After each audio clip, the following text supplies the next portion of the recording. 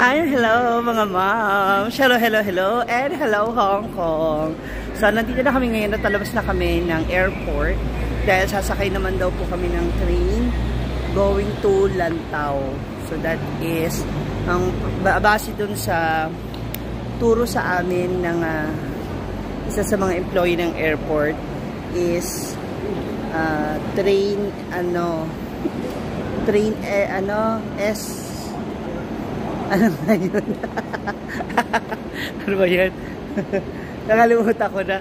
Ano yan? S21 ba yun? S1. S1. Yan. Tapos, may 3.7 kami nga hanapin yung bababa sa S1. So, ayan mga moms.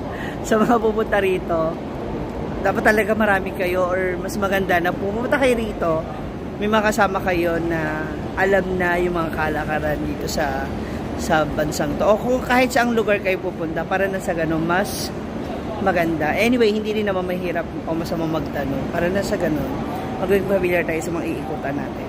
So mamaya, abangan ninyo kung saan sa Lantau kami mamasyal. Kasama pa rin ang social club, ayun ang road trippers. Ayan ang ating road trippers. Ayan na sila. See you later. Train or bus? Tingnan natin, may experience kayo lahat dito. Eto na nga, umandar na ang pagiging Pilipino ko. Kasi naka-stop kanina, naglakad, tumawid ako. Sorry.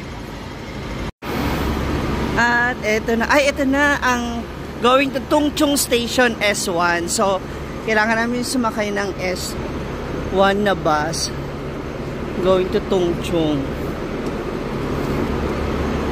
Parang puno na ata. Ang taas ng bus nila rito. First time ko nakakita, ang ganda.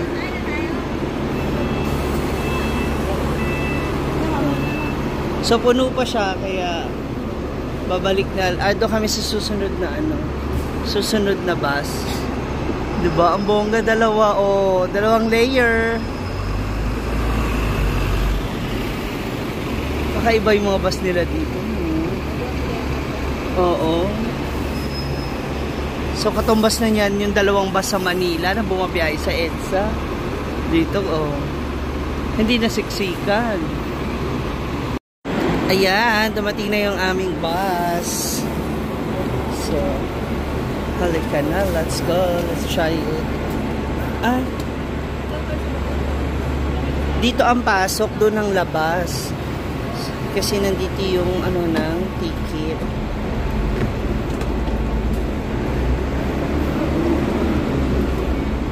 So we need to swipe our card.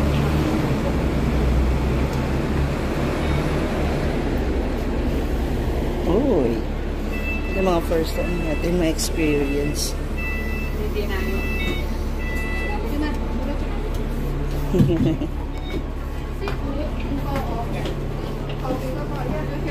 May lagay ng baggage. Ang taray.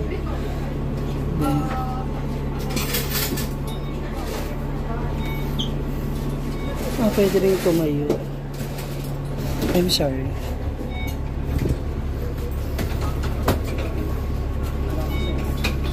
So, pwedeng umakit sa taas. So, akit tayo sa taas. Dali. Ay! Sa taas. Kasi medyo maluwag dito. Going to the window. Oh!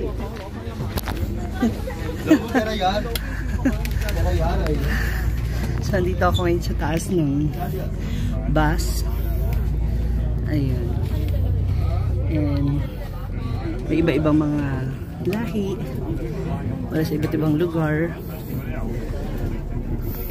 Oh my God, ang ganda dito. Tingnan natin yung mga makikita nating lugar.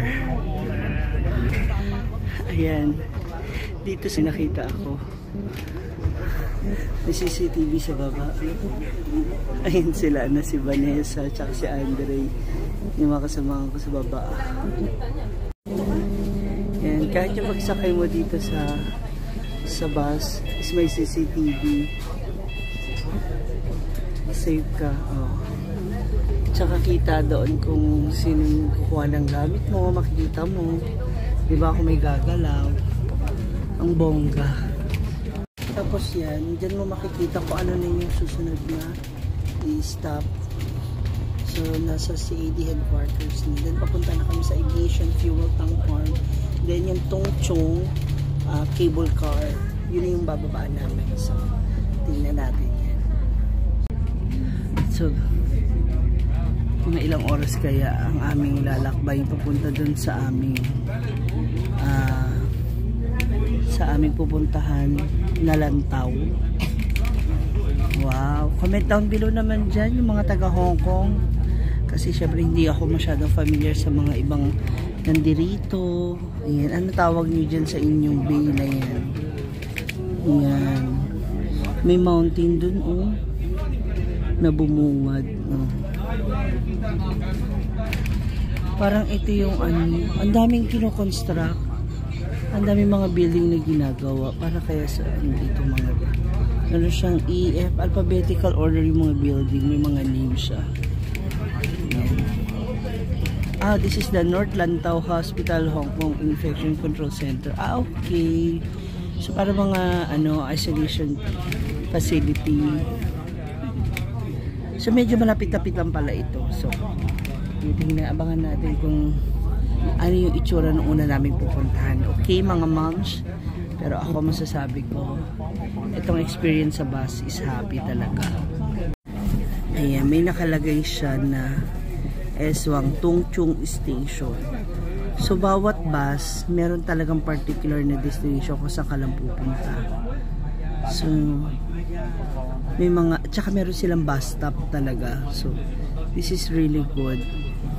Sana ma-adapt din natin ito. Though meron na rin naman tayong sariling meron tayong sariling style kung paano to ginagawa yung pagsasaayos ng pagbaba at saka pagsakay ng mga pasahero. Ang bongga. Tsaka siya, dalawang layer, di ba? Tsaka safe yung mga passenger kasi parang siguro mga 3 minutes or 5 minutes kami naghintay. Tsaka kami nakasakay dun sa itong bus na sinasakay namin ngayon kasi yung kanina puno na. So hindi ka rin masyado maghihintay ng ganong katagal. There you go mga moms. So abangan ninyo yung iba na magiging lakad dito sa Hong Kong. Kasama ko pa rin ang road trippers. So again, maraming salamat road trippers for giving me this opportunity, for this experience na makagala for another Asian country.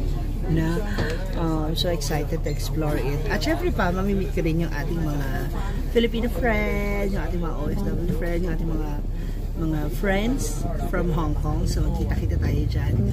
And for now, mag-enjoy muna ako sa view. So solohin ko muna siya. Okay? See ya! Bye! It's DJ.